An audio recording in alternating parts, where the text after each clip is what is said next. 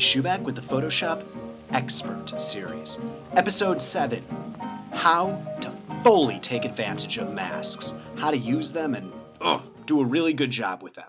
When last we met, we had this image. We got this image, we have the selection gotten, and we added a bit of a mask to it. This is all review right here. All right, you go to brushes. Now there's a couple of shortcut keys you need to know in order to really take advantage of masks. The first one is that in order to decrease the size of the brush, use the square bracket key. That's old hat by now. More important than that is let's say you have a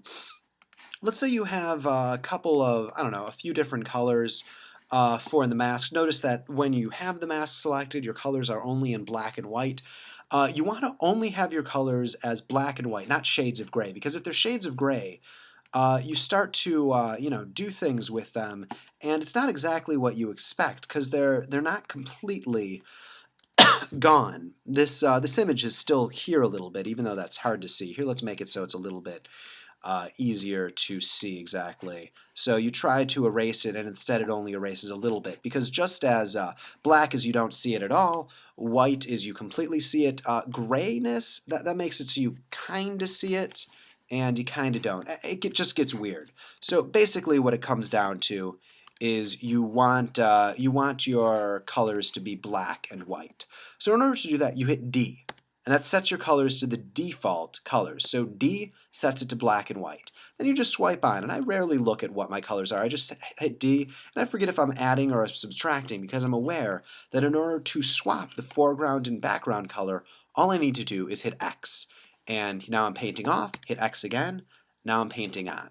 So maybe I'll paint off a bit, and then I'll decrease the size of the brush, and then I'll hit X, and then I'll paint on again. So this is just a good technique. Or maybe I'll increase the size of the brush, I'll paint it on completely, I'll go to my lasso tool, I'll select around exactly what I want. Maybe I'll put a little bit of a feather on it.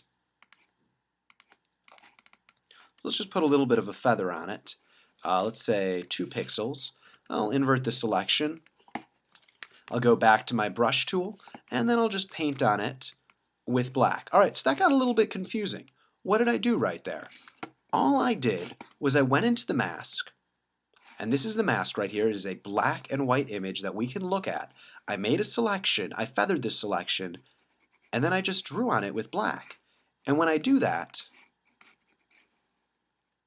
I'm only erasing the part that I want. So I'm going into it right here, and I can really do this right here. I'll show you how I'm going to the black and white image.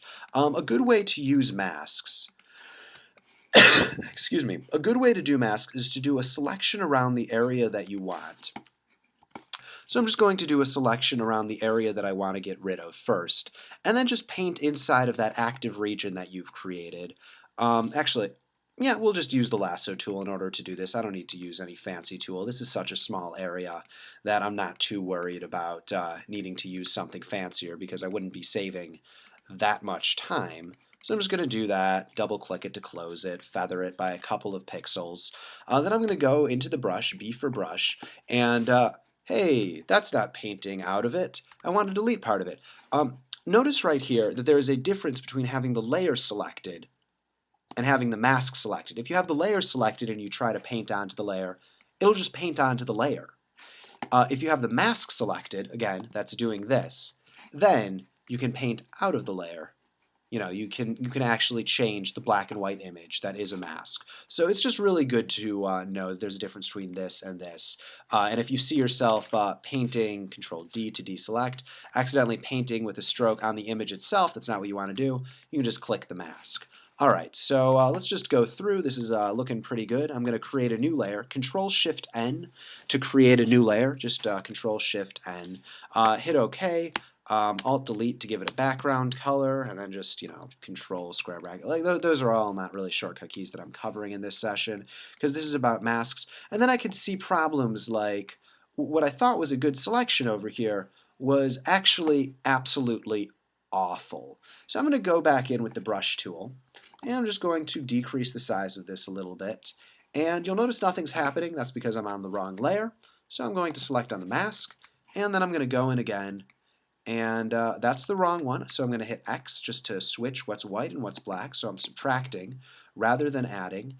And I could always, right click on this, and I like to keep a soft edge.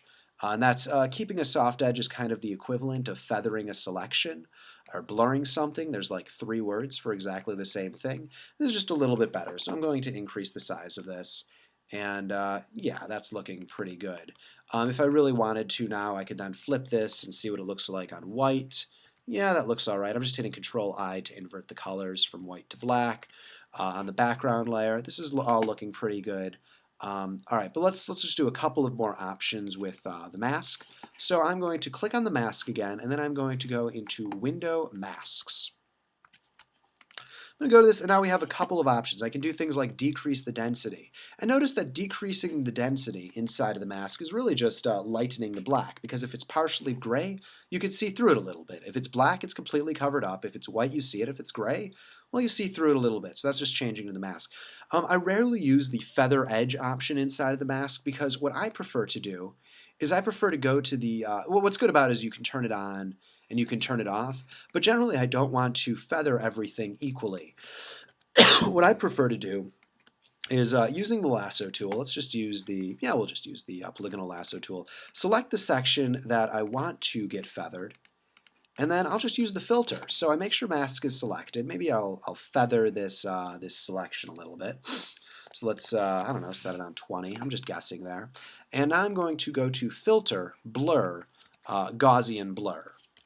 You'll notice that I have some of my menu items turned off. I'm going to Gaussian Blur, and I'm going to blur this specific part of the mask. And I want you to be very clear on what's happening right here.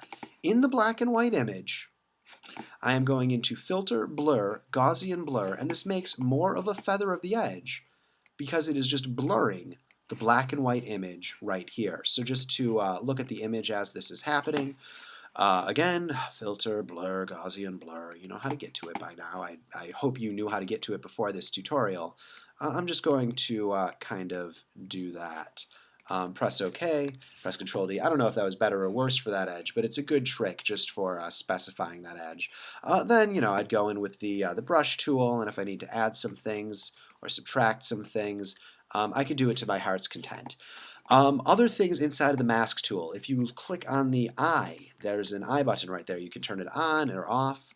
Notice that you can also navigate to that by right-clicking here and saying Disable Layer Mask. So enable Layer Mask.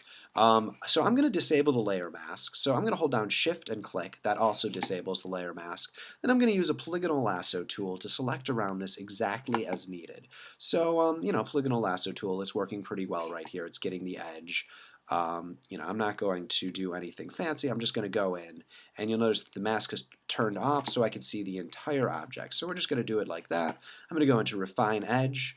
Don't notice anything. This is fine. I'm going to set everything to 0. Show original. You know what? I actually like this edge. I'm just going to say OK to this. So we have a selection. Now I'm going to turn the mask back on. So Shift click to turn the mask back on. And now what I'm going to do is I'm going to fill this in. So just by hitting B, I'm going to fill this in. I'm going to press Control H so I don't see it. And I'm just going to fill it in there. Now I'm going to hit Control D to deselect. I'm going to invert the background, and now I'm looking at it on black. I can really see what I did right here. Another thing is I'm going to, again, unclick this. I'm going to go into my lasso tool, and I'm just going to get this selection here exactly how I want it. Excuse me. All right, I'm going to feather the edge by, let's say, a pixel, something like that. I'm going to click the mask to turn it back on. And now instead of using the brush tool to brush this back in, I'm just going to hit Alt-Delete. And that will just fill in the entire active region with a given color. And by a given color, I mean the background color. I always mix up Alt-Delete and Control-Delete. I believe Control-Delete will fill it with the foreground color, and Alt-Delete will fill it with the background color. Notice that if I accidentally do a stroke in the wrong way, I just hit Control-Z, and that will take me back a step. That will just undo what's done right there. So I could keep going through. Any other mask tricks I want to give you. If you have mask selected, you can go back into Refine Edge by clicking on Mask Edge. And I will just give you the Refine Edge commands. So, you can play with it as you want. Like its Refine Edge, you can invert the mask, not something we really want to do in this case. That is not particularly helpful, although we can see exactly the information that we're losing when we do that. And you'll notice that it's just inverting what's black and what's white in the mask. Um, and if we want to delete the mask, we can always hit this delete button right here. Or if we want to commit the mask, we can right-click on the mask and hit Apply Layer Mask.